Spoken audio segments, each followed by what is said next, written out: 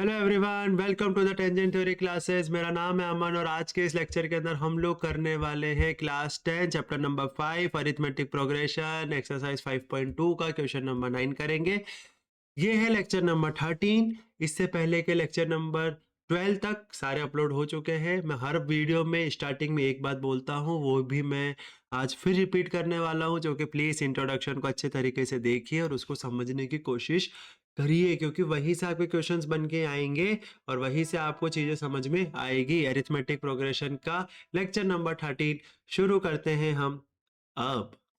Question आ जाता है आपके सामने और कहता है कि if the third and the ninth terms of an AP 4 and -8 respectively। आप लोग ये सोच रहे होगे कि सर ये चीजें ज्यादा इंपॉर्टेंट थी, पर आपने रेस्पेक्टिवली के ऊपर क्यों किया? रीजन ये है भैया, ये चीज समझ में आनी चाहिए आपको। थर्ड टर्म रेस्पेक्टिवली का मतलब होता है कि पहली टर्म की वैल्यू आपको पहले लिखी हुई मिल रही है, नाइन्थ टर्म की वैल्यू आपको बाद में लिखी हुई मिल रही है। अगर यहाँ पे रेस्पेक्टिवली नहीं होता, 2 मिनट के लिए क्वेश्चन को समझने में ध्यान दो, बाकी क्वेश्चन तो सॉल्व हो ही जाएगा। अगर यहाँ पे रेस्पेक्टिवली नहीं लिखा होता तो हमको कैसे पता पड़ता है कि थर्ड टर्म यही है और नाइन टर्म यही है? हो सकता है मैं नाइन टर्म को 4 मान लेता और थर्ड टर्म को मैं -8 मान लेता, कर सकता था ना। लिखा हुआ तो नहीं है, तो लिखा हुआ नहीं है तो मैं कुछ भी कर सकता हूँ। इसलिए मैंने रेस्पेक्टिवली को ज्यादा अच्छे से फोकस करने की कोशिश करी है, क्योंकि रेस्पेक्टिवली यहाँ पे ज्यादा इंपॉर्टेंट वर्ड है। ये चीज आ गई होगी आपको समझ में। अब क्वेश्चन करते हैं, अगर एक टर्म है थर्ड टर्म जो कि 4 है, तो भैया क्या करते हैं, पहले गिवन लिखो यार, उसके बाद की बात बाद में करेंगे। ये हो गया आपका गिवन।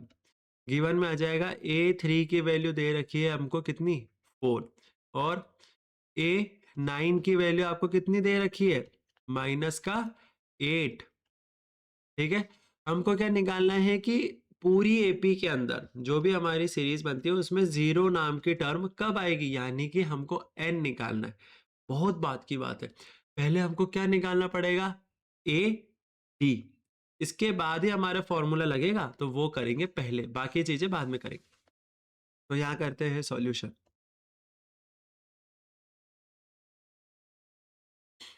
देखिए जी, A3 इजिकल्स टू क्या होगा,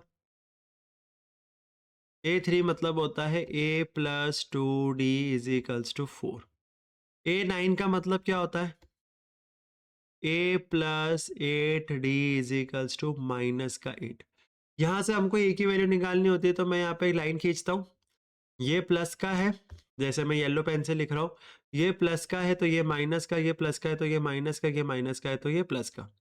अब व्हाइट पेन से देखिए, ये वाली चीज प्लस ए माइनस ए कट गई, यहाँ पे आया 2D -8D, आंसर आएगा 6D।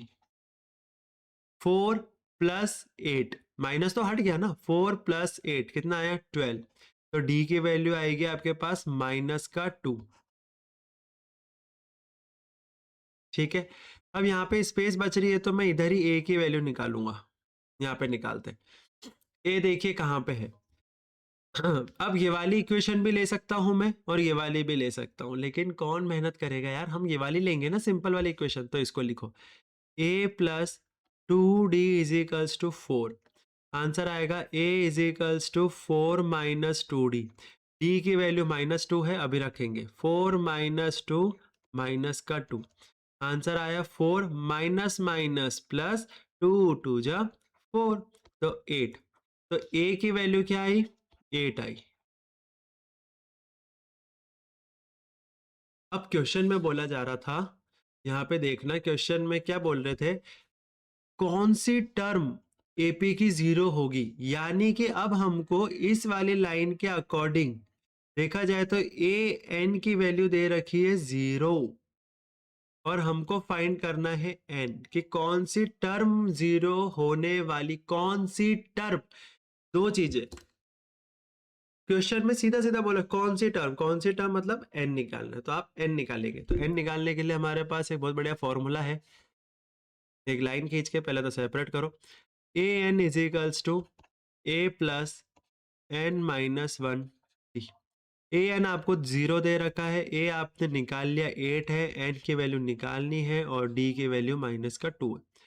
ये 0 है, ये प्लस का है, और ये भी प्लस का है 8, यहाँ पे जाके माइनस का हो जाएगा। माइनस का 8 is equals to n minus 1 minus का 2। कुछ कोई मल्टीप्लिकेशन नहीं करेगा अंदर, नहीं करनी है। आप इसको ऐसे लिखो n माइनस 1, ये हो जाएगा माइनस 8, ये हो जाएगा माइनस का 2, ये कट गया, आंसर आएगा यहाँ पे 4।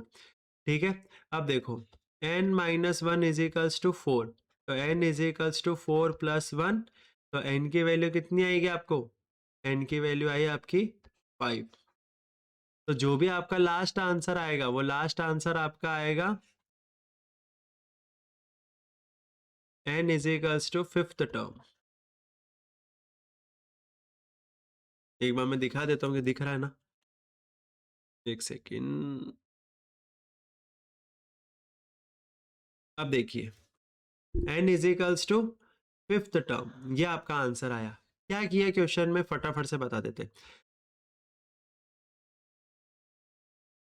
थर्ड टर्म दे रखी थी और 9th टर्म दे रखी थी, हमने यहाँ पे वैल्यू पुट करी, सॉल्व करा। ठीक है, यहाँ से हमारे पास d की वैल्यू आई, किसी भी वैल्यू में पुट करा, वहां से हमारे पास a की वैल्यू आ गई, जो कि ये आ गई। अब हमको क्वेश्चन में बोला था कौन सी टर्म AP की 0 होने वाली है, तो हमको पता है कि 0 कौन सी होगी, a n 0 दे रखा है, हमने रखा। फॉर्मूला लगाया, हमारे पास एक ही फॉर्मूला है, an is equals to a plus n minus 1d। Formula लगाया, वैल्यू पुट करी, सिंपल तरीके से सॉल्व करा। यहाँ पे हमने मल्टीप्लाई नहीं करा, क्योंकि हम मल्टीप्लाई करेंगे तो हमको प्रॉब्लम का सामना करना पड़ सकता था, इसलिए मैंने यहाँ पे मल्टीप्लाई नहीं करा। ठीक है, समझ में आ गई बात। और फिर लास्ट में हमने सॉल्व करके ये फाइनल आंसर दे दिया। इतना सिंपल क्वेश्चन है। अब इसके जो भी नोट्स बना रहे हैं, वो नोट्स ढंग से बना लीजिएगा आप। ठीक है, यहाँ पे स्पेस की कमी हमेशा होती है, मैं हर बार बोलता हूँ स्पेस की कमी थोड़ी सी रहती है इसके अंदर।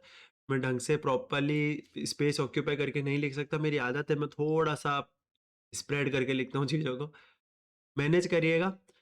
यहाँ तक आपने वीडियो देखी, उसके लिए बहुत बहुत बहुत बहुत थैंक यू। सब्सक्राइब करके जाइए, लाइक करके जाइए, शेयर करिए, कमेंट करिए। ये था लेक्चर नंबर 13। अब मिलेंगे लेक्चर नंबर 14 में, जब तक के लिए keep practicing, keep revising, take care. अच्छे से पढ़िए, मन लगा के पढ़िए, बहुत सिंपल है, सब कुछ बहुत सिंपल है। मिलेंगे अगली वीडियो में, जब तक के लिए बाय बाय, टेक केयर, जय हिंद।